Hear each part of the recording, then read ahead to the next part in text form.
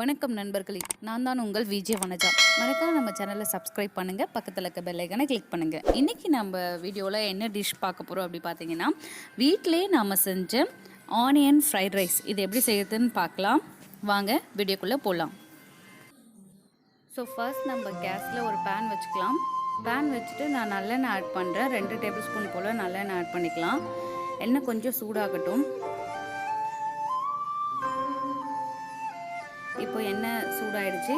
நான் வந்து ஒரு 1/2 டேபிள் ஸ்பூன் போல் கடுகு ஆட் பண்ணுறேன். கடுகு கூட கொஞ்சம் சீரகமும் சேர்த்து ஆட் பண்ணியிருக்கேன். அப்புறம் 1 கப் ரைஸ்க்கு நான் 2 பச்சை மிளகாய் ஆட் பண்ணுறேன். உங்களுக்கு காரம் அதிகமாக வேணால் நீங்கள் 3 கூட ஆட் பண்ணலாம். கொஞ்சமாக கருவேப்பிலை எல்லாம் பொரிஞ்சதும் நான் சின்ன வெங்காயம் ஒரு 8 வெங்காயம் எடுத்து சீவி வச்சுருக்கேன். அதையும் இதில் சேர்த்து ஆட் பண்ணிக்கலாம். பெரிய வெங்காயம் போடுறதா தான் நீங்கள் ஒரு பெரிய வெங்காயம் போட்டாலே போதும் தான். ஸோ எல்லாத்தையும் போட்டு நல்லா வதக்கிக்கலாம். இதில் வந்து நான் இப்போ கேரட் மட்டும் ஆட் பண்ணுறேன். நீங்கள் வேறு ஏதாவது வெஜிடபிள் ஆட் பண்ணணுன்னா கோஸோ இல்லை கேப்சிகம் அந்த மாதிரி கூட நீங்கள் ஆட் பண்ணிக்கலாம். நான் ஒரு சின்ன கேரட்டை துருவி வச்சுருக்கேன், அதை ஆட் பண்ணுறேன். எல்லாத்தையும் போட்டு எண்ணெயில் நல்லா வதக்குங்க. இது ரொம்ப இன்ஸ்டன்ட் அண்ட் ஈஸியாகவே செய்யலாம். ஒரு மிஞ்சி போனால் ஒரு 3 to 4 மினிட்ஸ் தான் ஆகுது, அதுக்கு மேலே ஆகலை.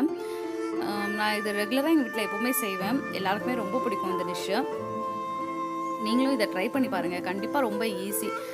பேச்சுலர்ஸ்லாம் தனியாக இருக்கீங்க அப்படின்ற பட்சத்தில் நீங்கள் இந்த மாதிரி இன்ஸ்டண்ட்டாக செஞ்சு சாப்பிட்டு ரொம்ப டேஸ்ட்டாகவும் இருக்கும் சாப்பிட.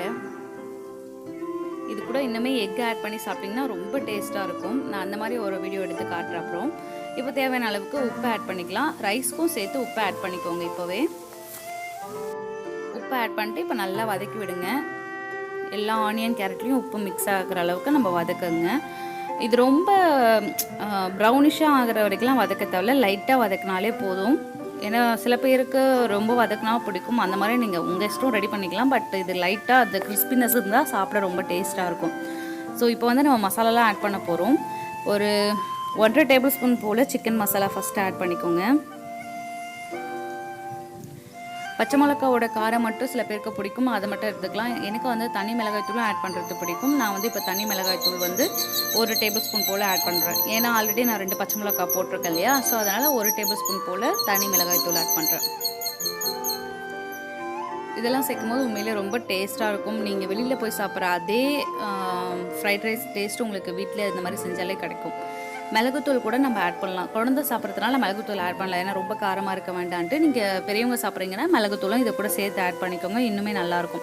ஸோ இந்த மசாலாலாம் இந்த மாதிரி ஆட் பண்ண ஸ்டேஜில் தான் நம்ம ஒரு 2-3 முட்டையை இதில் மிக்ஸ் பண்ணி நீங்கள் செய்யலாம். அது ரொம்ப டேஸ்ட்டாகும். எக் ஃப்ரைட் ரைஸ் அந்த மாதிரி இருக்கும். நான் இன்றைக்கி முட்டைலாம் சேர்க்கல. இப்போ வந்து நான் ரைஸு தனியாக வடித்து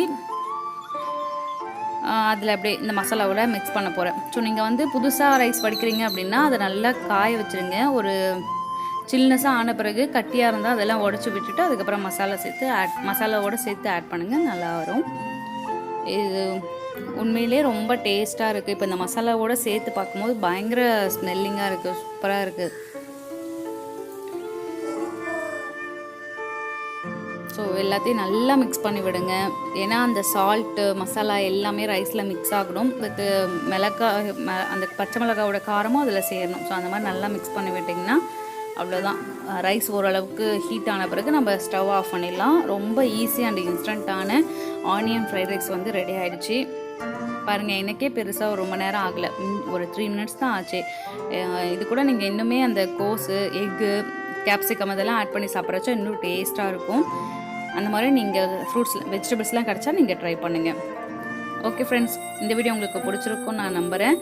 இந்த மாதிரி ஈஸியாக அண்ட் இன்ஸ்டண்ட்டாக உங்கள் வீட்டில் நீங்கள் செஞ்சு பார்த்துட்டு அதோட கமெண்ட்ஸ் எனக்கு கமெண்ட் பாக்ஸில் கொடுங்க. இந்த வீடியோ பிடிச்சா லைக் அண்ட் ஷேர் பண்ணுங்கள். மறக்காமல் நம்ம சேனலை சப்ஸ்கிரைப் பண்ணுங்கள். தேங்க்ஸ் ஃபார் வாட்சிங்.